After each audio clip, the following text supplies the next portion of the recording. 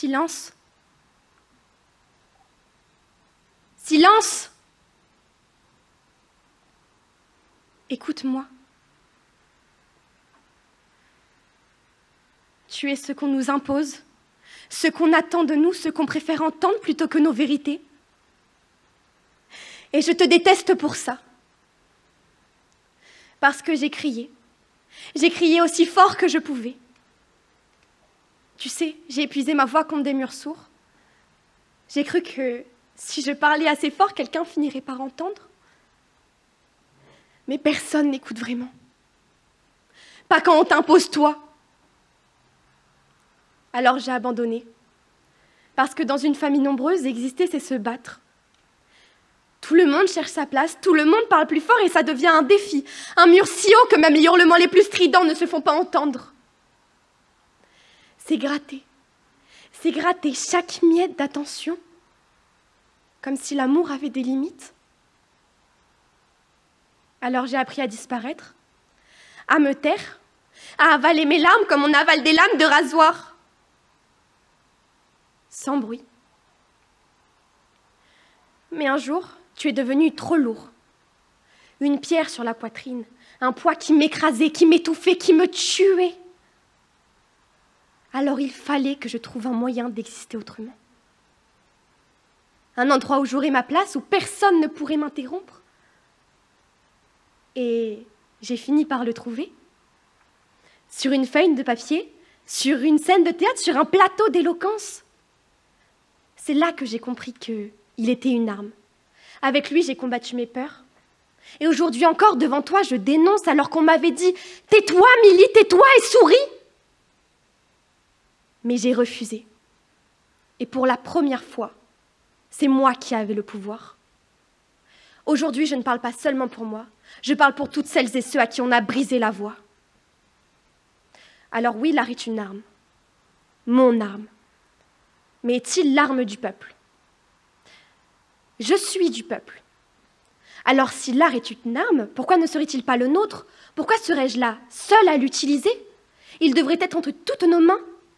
Pourtant, pendant longtemps, il a été un privilège des puissants, des élites, de ceux qui avaient le droit de raconter l'histoire. Un tableau dans un musée, une symphonie dans un opéra, une pièce dans un théâtre bourgeois, ça c'était accepté.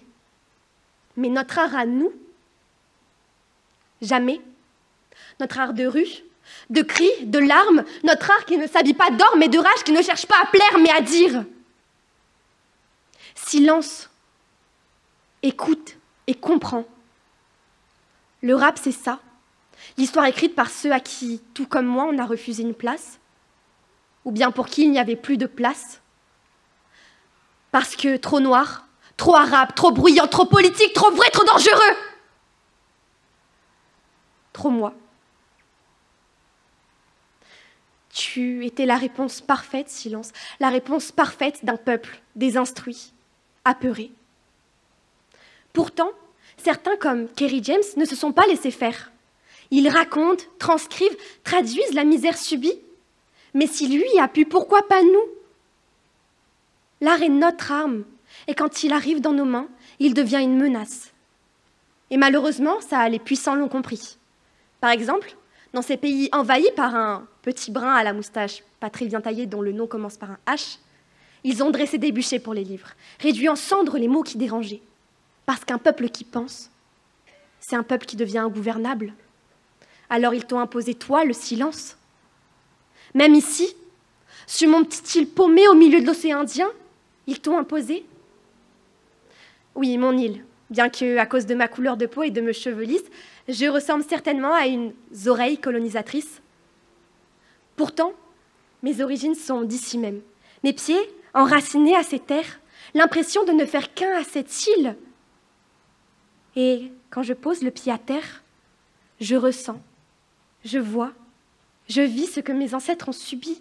J'entends encore leurs cris, alors qu'ils apprenaient l'interdiction de leur culture, leur âme, leur moringue, leur maloya.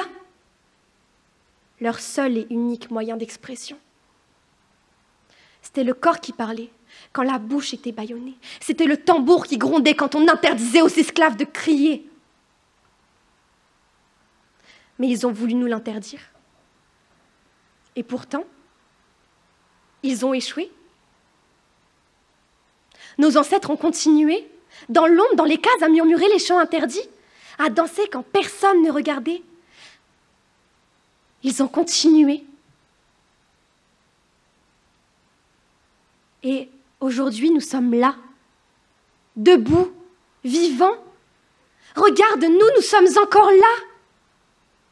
Nos chants résonnent, nos histoires se transmettent, nos corps dansent. Parce qu'on ne peut pas éteindre un peuple qui transforme ses cicatrices en cris. L'art est une arme, mais surtout une promesse. La promesse que tant qu'il y aura une main pour écrire, une voix pour parler et un corps pour danser, silence! Tu ne gagneras jamais. Merci.